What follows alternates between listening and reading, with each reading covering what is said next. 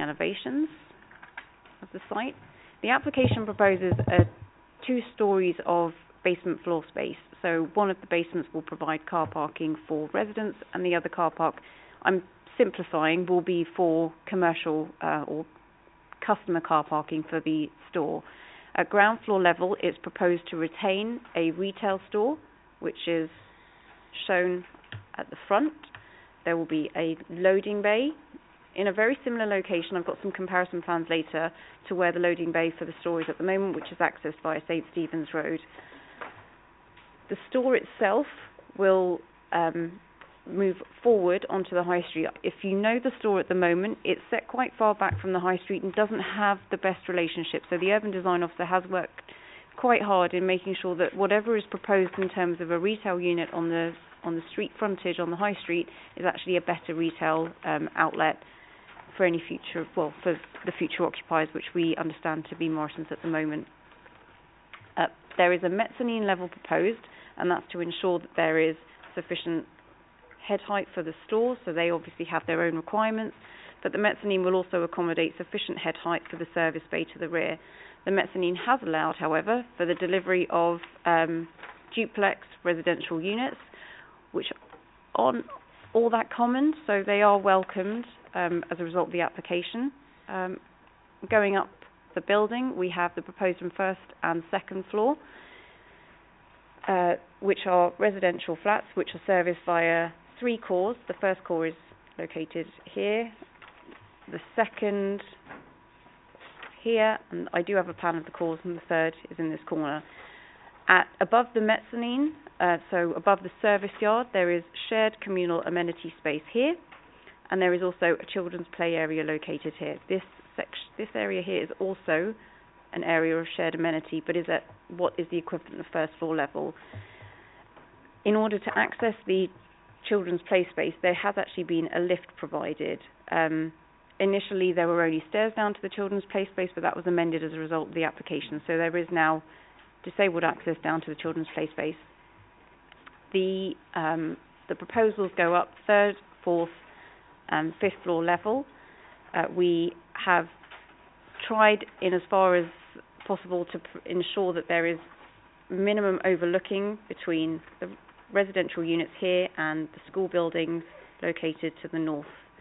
There is also an area to the south of this site on the corner junction where there were initially concerns about separation distances, but the applicants have scaled the building in so that the separation distances accord with council policy. So there is a 15-metre separation distance between here and here.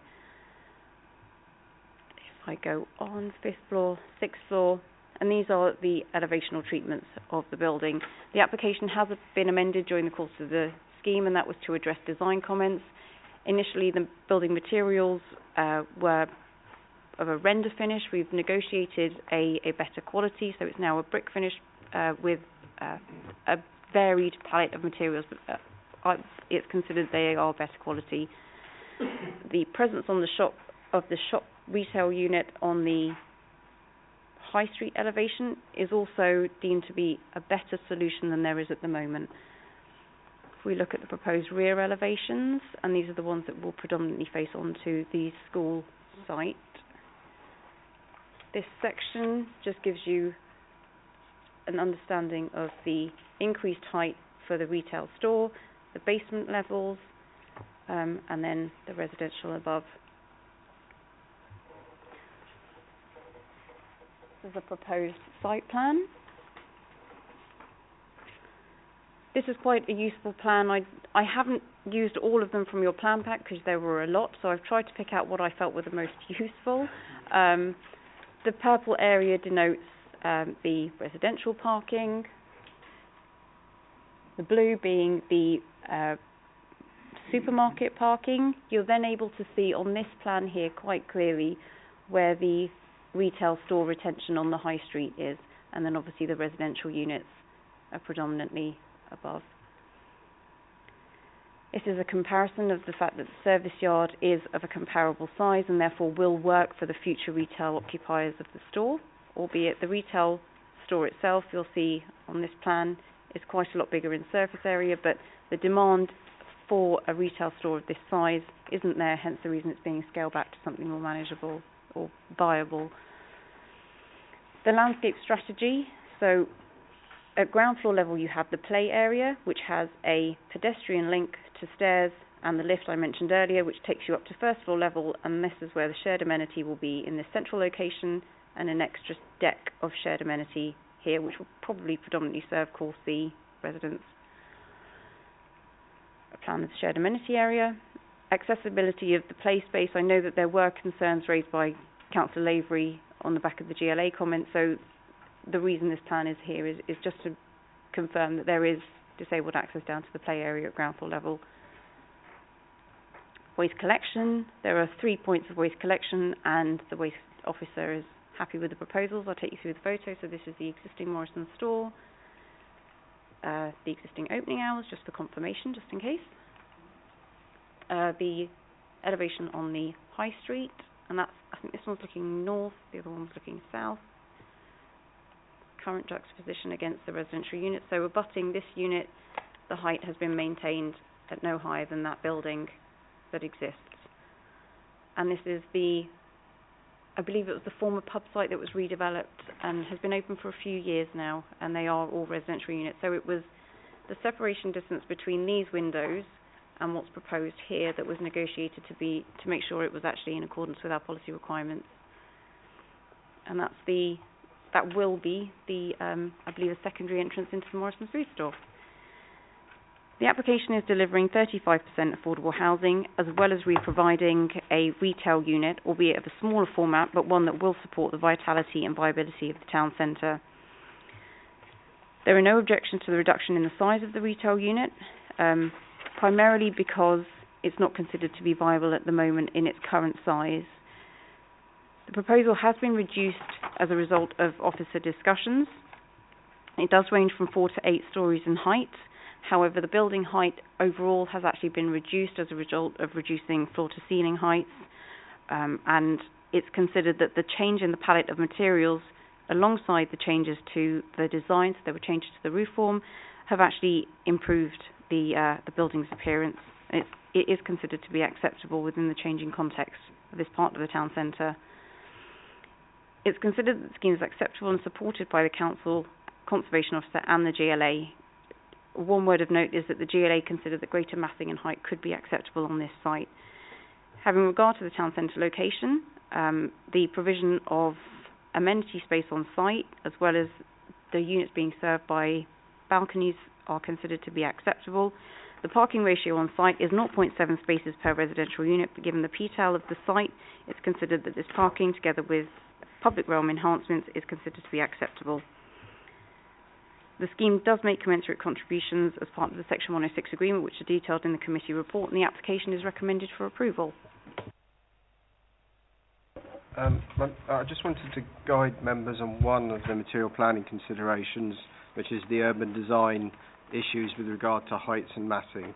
Heights and massing is a sensitive issue that has been brought up on other sites in Yiewsley and West Drayton.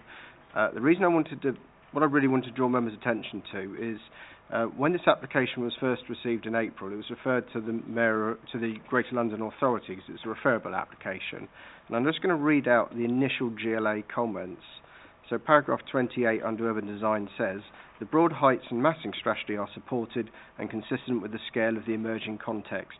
Further optimisation of the site through increased building heights may be considered acceptable, subject to local townscape and views testing.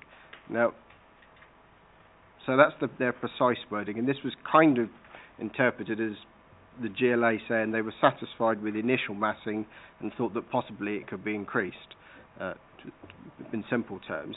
Subsequent to that, your officers negotiated 2 quite substantial changes to the massing and heights to reduce the scale of the development proposal.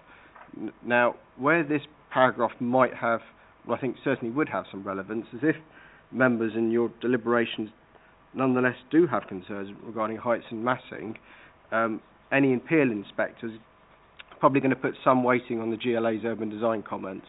So where I'm going with this is that the GLA comments may undermine in terms of the material planning considerations, the GLA comments would undermine any potential concern, or dare I say it, refusal reason, if members were so minded regarding heights and massing. So I felt it best I say that from the outset rather than later in the meeting if the issue comes up. Wants to start me off, Councillor Oswald. Thank you very much, Chairman. Yeah, I mean, we have had some problems in the past in West Drayton and Yiewsley with heights and massing, and we dealt with them at the time. However, I don't think this one is that bad, simply because of where it is, back onto the canal and I don't know about the school. If we had a lot of children in the playground, would they be wanting to look at a building? I don't know. But it's certainly in policy. I just wanted to ask a couple of questions. Can I just say I'm really pleased with the amount of affordable housing and the London affordable rents. I think that's excellent. I think that's definitely a way forward for a development like this. Are we going for 40% electric charging points on this? More. Sorry, I've been looking for it and I can't find it. Yeah, no, the electric charging on this actually works. Yeah, that's okay then. That's good. But other than that, I'm quite happy with this application, Chairman. I won't move it just yet. Councillor Morse. Basically, it's the GLA's comments about making more utilisation of the site, which is the first thing that jumped at me when I read the report. I'm a little bit reluctant on terms of the scale of development, but I think on balance, our officers have done a good job in bringing it down to this level, because I think we've got to be realists. The GLA are looking at housing issues. This does actually give us some housing issues. I have concerns a little bit about light. There's some strange comments about light, and I do have some concerns about whether we're going to store this rubbish off-site, because we're apparently going to pick up 3 of the container sites. There's a nitty-gritty bits still might want to ask questions on, but I think in principle, I think it's an acceptable proposition. Okay. Anybody else going to come in? Councillor Edwards? Thank you. To a degree, I share the comments from my colleagues opposite, but they also surprise me. Yes, there are undoubted merits to this proposal, and certainly bringing the store down onto the street level is a benefit, and I think will enhance the town centre, and the additional housing and affordable housing are beneficial. I also noted the GLA's comments, but I also note the context in which the GLA makes that, which may be driven by other issues rather than the amenity of our residents and the character of our town centre. What strikes me, and I do note the comments made by our head of planning, what strikes me is that this report in itself states that the character of the high street at the moment is of a different nature, and it actually uses a current low-rise character. So what we have here is, in our own report, a statement of the character of the town centre, which we are testing to the absolute extreme with this application, if not exceeding it. The mere fact that the GLA wishes to exert its powers over us is a matter for the GLA. I believe the responsibility of this committee is to consider the application in the context of the local authorities' own policies and plans, be mindful of the views and considerations of others, but also representing the needs and desires of our residents. I think there needs to be that local democracy flavour in our planning decisions, otherwise we wouldn't be here, it would be taken elsewhere. The views of residents are very clear here that Yiewsley is being overdeveloped. Yiewsley High Street is a nightmare to travel down, and I am not at all persuaded by the transport and traffic assessment here, which relies upon a reduction in vehicle movements to the store for it all to work. And the basis of the argument that there will be less vehicles attending the store is that there is going to be less sales square meterage. Well, the whole support for the principle of the loss of retail floor space is acknowledged by GLA on the basis that a comparable store is provided. And the report talks about more efficient layout and more efficient utilisation of the existing space. So the notion that this will change from a weekly shop destination store to a metro centre hand basket on the way to work or on the way home from work, I think just fails. It doesn't sit with my understanding of the way it's used. It doesn't sit with my understanding of the community down there. And therefore I consider that it's likely that this will continue to be a weekly shopping destination use. Certainly the size is greatly, far greater than metro locations in other parts of the borough. And that means that there will be considerable traffic demand on the parking spaces, and my concern is that there will now be tailbacks as people are trying to find their way into what is reduced parking. It is 40% reduction in parking availability is very considerable if there is an expectation that comparable shopping will continue. So somewhere in here, this report, there are a number of inconsistencies of approach that don't sit well with me, and I am very uncomfortable with immediately saying, yes, I agree with this, I think it has a good scheme. I know Yiewsley very well. I am uncomfortable with the high-rise nature immediately from the shop frontage up 7 floors. That is not part of what I understand to be the character of Yiewsley, and I would like to be able to stand in that street and look at 7 floors up and think, is this within the character of what exists can I otherwise? take the two separate points? Head of planning will help me. I think I can give a simple answer that might help. So one of the things that I knew was at the back of the GLA officers' mind when they were implying greater density was how close this site is to the Crossrail station. That was a factor in their thought process. So we as officers put those comments to one side and we negotiated what we think is an acceptable scheme. So we didn't put weighting in those comments in our design negotiations. We reduced the massing, and one of the revisions was actually reducing it in terms of the impact on the school, I might add, and reduce the building heights to a level we think overall is acceptable, taken in the surrounding townscape. But so officers are comfortable that it's acceptable in terms of design and massing, but where the Crossrail does come in is this highways issue, and whereas I was explaining why the GLA will cause us problems on design at appeal, Crossrail will cause us problems on highways at appeal, because this is very close to the Crossrail station, this site. But obviously my highway engineer can give a more detailed answer, because but that's the simple answer.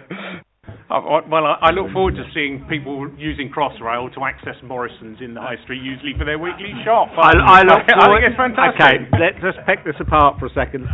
Let's take highways for a second. Could you give us some views as to why you believe the highways assessments are robust? So, thank you, Chair. Well, yes, the Council makes some very interesting and valid points.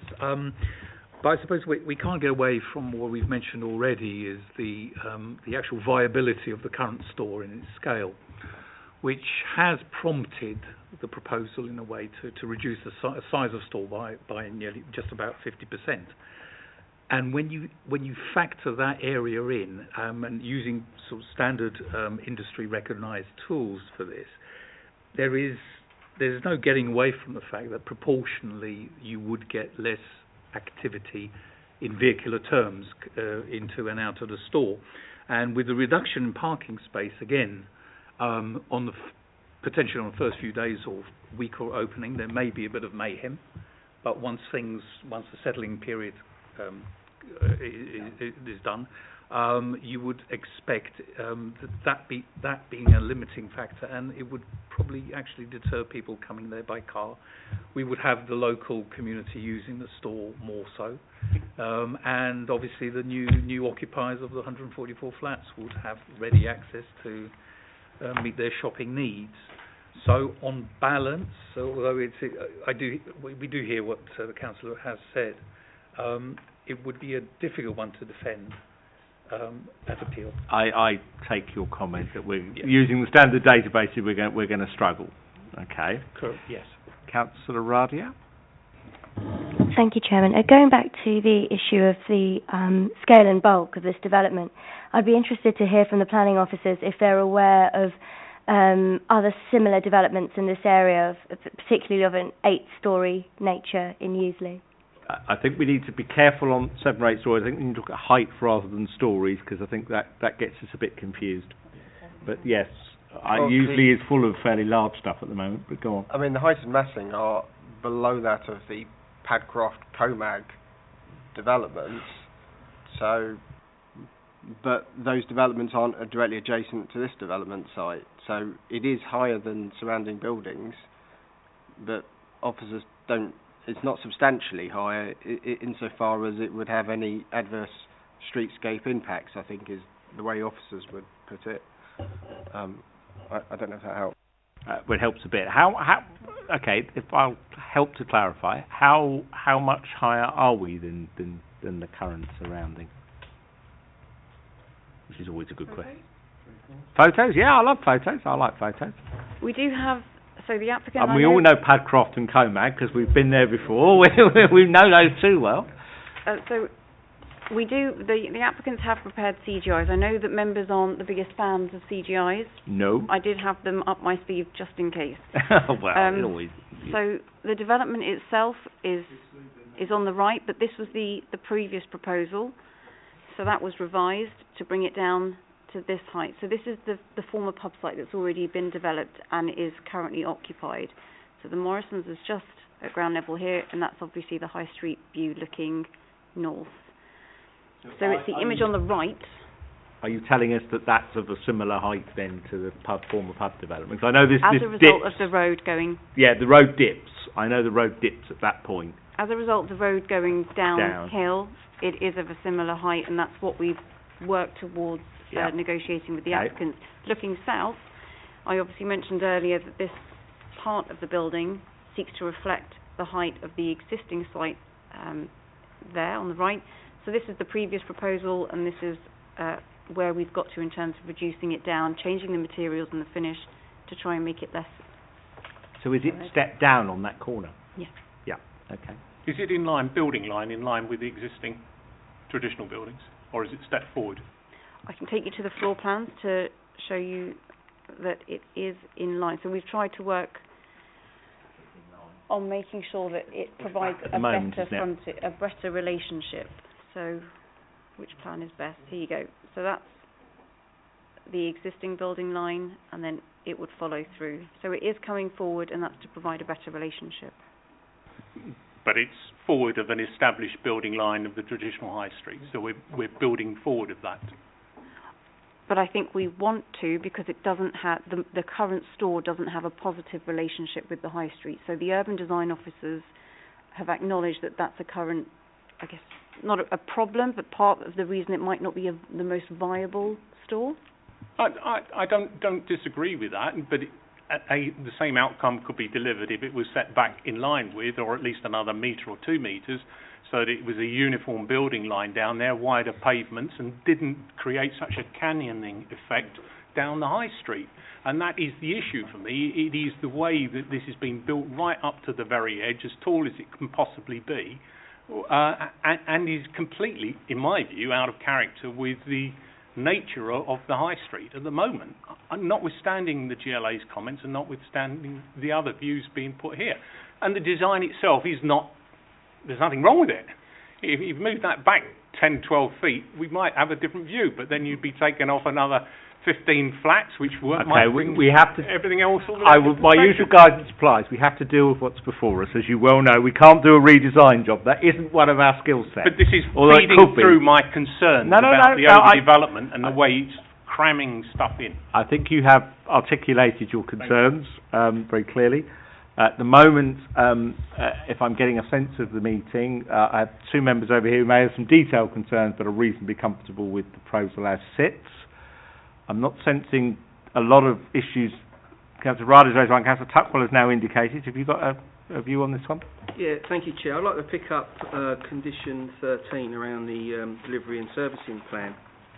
Now, to my mind, where you're going to have a high concentration of residents in and amongst a retail outlet, as we've seen from the plans. I just think, would that benefit from having a bit more detail around what the servicing plan looks like, so we prevent future disruption to the future residents? Okay. I'm kind of glad the councillors brought that up, not because they've got a concern with the condition. I think the condition actually should enable us to get enough information, but the applicant did ask, and I demanded if I had done it yet, if we could draw members' attention to their concerns regarding the opening hours and delivery hours. And the view officers have taken is that the existing store opens at 6, so we don't have a concern, and this is altered in the addendum with 6 o'clock opening, because our normal view is it's not the store opening, it's the delivery that really can cause disturbance to neighbours. And this committee has dealt with, obviously, various supermarket applications, and we've tended not to agree 24-hour delivery, especially when it has immediate proximity to residents, and of course this one has residents above. So our officers have not altered through the addendum any of the conditions concerning delivery and servicing, including the hours. But in answer to your question, I know it says non-standard, but it is actually standard wording that's being applied that has worked on other sites. Yeah, I'm just thinking about how do we safeguard residents from sort of nighttime deliveries, idling engines. Well, we've got restrictions on delivery hours. So we've got 7 till 23 Monday, Saturday, condition 17, which is the one that they're trying. So I know the applicant's position is that the present conditions are too strict, but what I'm saying is I think they're all fully justified, but I think they will serve their purpose. What I would suggest, Councillor, is that condition 13 doesn't have the hours in it, but if you read it in line with condition 17, of course that does do it. For what it's worth, while we're on that one, I see no issue with the store opening hours being 6 o'clock in the morning as they are at the moment. I am not comfortable with pulling the delivery hours forward to 6 o'clock. Because that's the one that would involve the noisy lorries, servicing alarms, and all those other things we've debated numerous times before. And I think 7 is early enough for deliveries. I think so. I would be minded to leave condition 17 exactly where it is, because that's the one that protects residents from excess noise. The store being open isn't necessarily the biggest problem. Yeah. So that's fair enough. Okay. Well, Chair, if I could just add, certainly as part of condition 13, we'd be looking for the approximate frequency of operation to ensure that there is an avoidance or conflict with peak residential movement periods, etc. So that would be part of the review of condition 13. So as of this moment, I have one member who's got some concerns about this. All other members seem to be reasonably comfortable. One or two people are holding their fire, but they're going to have to come off the fence pretty fast now, because it's going to move in a minute. Has anyone got any detailed issues on this they want to explore with me? If the committee is minded to approve this, I would ask that the Section 106 agreement include no residence parking permits, because that will just add to the pressures. So did it not? Should have done. If it does, I missed it. My apologies. No, I think I missed it. Now seconds. I don't think it does. It's absolutely right. No, that's valid. Chair, is there a reason why that's not in? If I can add, because the location is actually just outside of a controlled parking zone at the moment. However, a future can we not put it in that they wouldn't get it in a future controlled parking zone? Yes, we could preempt because that. I think there's one coming. If there isn't one there at the moment, I would suggest. Yes, you happy with that? It's definitely justified. Right. So parking permits and the correct condition. We've had 3 attempts at this in previous applications tonight. Councillor Oswald. Yeah, thank you very much, Chairman. Yeah, I'm quite happy with those changes. I think that's right and correct, and I think it's right and correct that we don't move the delivery times. We'll leave them as they are, and I'll move the officer's recommendation with those changes.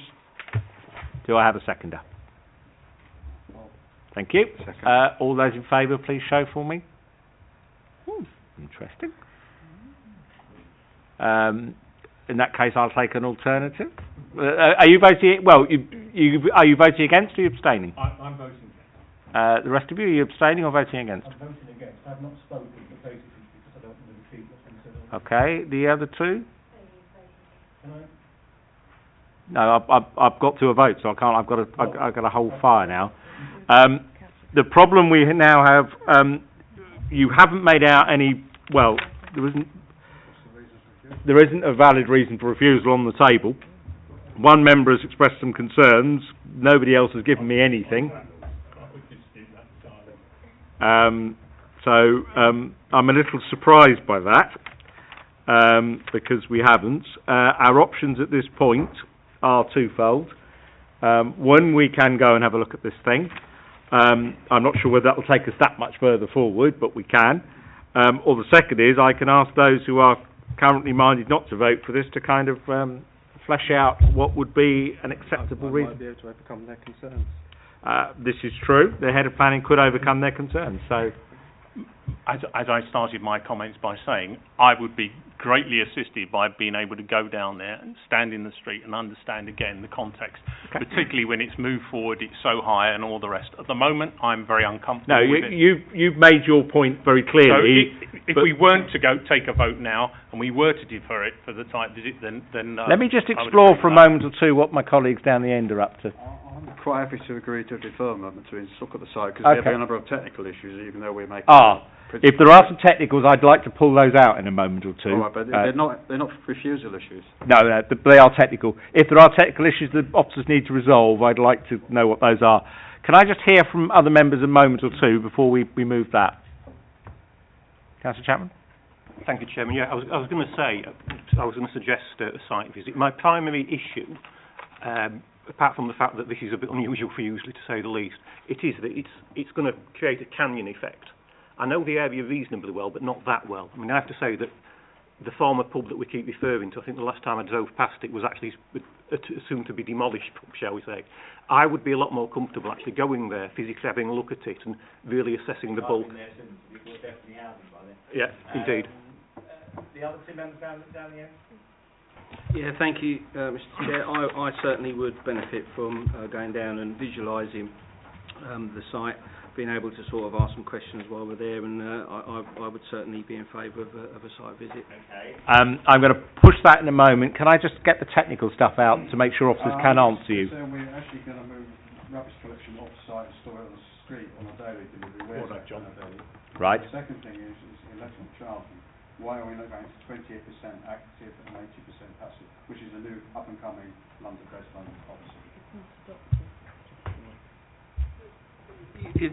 Thank you, Chair. Yes, it's still it's emerging, essentially. So clearly, GLA are encouraging it from a very early stage. However, we feel we're in a good position to. Head of Planning has a view on emerging policies. That which draft relevant. policy is being challenged by various parties through the examination in public, so it definitely doesn't have a lot of weighting at the moment, notwithstanding it any written comments that are coming from the GLA or TfL. Okay, we'll take that guidance. The issue on refuse collection servicing, I think we would benefit from some explanation, and I will make sure the highways officers, by the time we come back to this, have actually got that. I won't push. I'm not going to push for it now because it's going to go for a deferral in a moment or two. Councillor Evans, you're going to move me a deferral. One other point, I would be keen to see how access to the residential parking is being controlled. It shows a barrier from within the basement, but does that mean the basement is open outside of shop hours? If so, that is a social behaviour. Yeah, hang on. We have amended there is an amendment to car park secured by design condition to make sure it includes the car parking. Fantastic. That's brilliant. Which is one. That was picked up. And does that include the removal of the police comment of the removal of the car park access route to the high street, which is on page 68? They comment. We'll double check that. But the issue of the car park security has definitely been picked up because we are aware of the issues with car park security at the current moment. I have a proposer. Yes. I have a second. Thank you. All those in favour of going to see this one? Thank you very much. Oh, sorry, I didn't check the vote there. 1, 2, 3, 4. Yeah, that is enough. Councillor Oswald knows it well enough. Yes, indeed. So therefore we wind up with no decisions tonight. There we go, 7:05. Thank you all. North will follow.